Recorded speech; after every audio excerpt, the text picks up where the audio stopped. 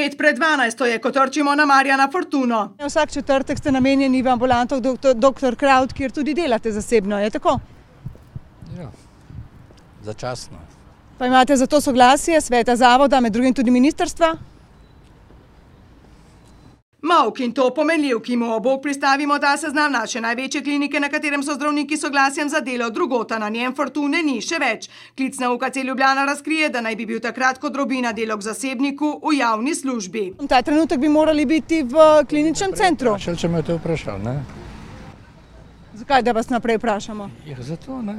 Sila klavrno brani sedenje na 2 stolih in to po vzoru tako protikorupcijsko poročilo številnih zdravnikov. Več kot 1000 naj bi jih bilo, med drugim po streho ortopedske bolnišnice v Valdoltri, kjer javni zdravnik mimogrede skoči v zasebno ambulanto, tam pregleda pacienta, potem pa ga kar mimo dolge vrste čakajočih pacientov operira, ja, in to na javni kliniki. In to vse samo zato, razkriva ortoped Danijel Bešič Loredan, ker ni nadzora in ni ga načrtno. Ker so seveda tudi mnogi šefi bolnic in šefi oddelkov to isto počeli, potem ti težko delaš nadzor, interne nadzore, ker potem sam sebi odžagaš vejo, na kateri sediš.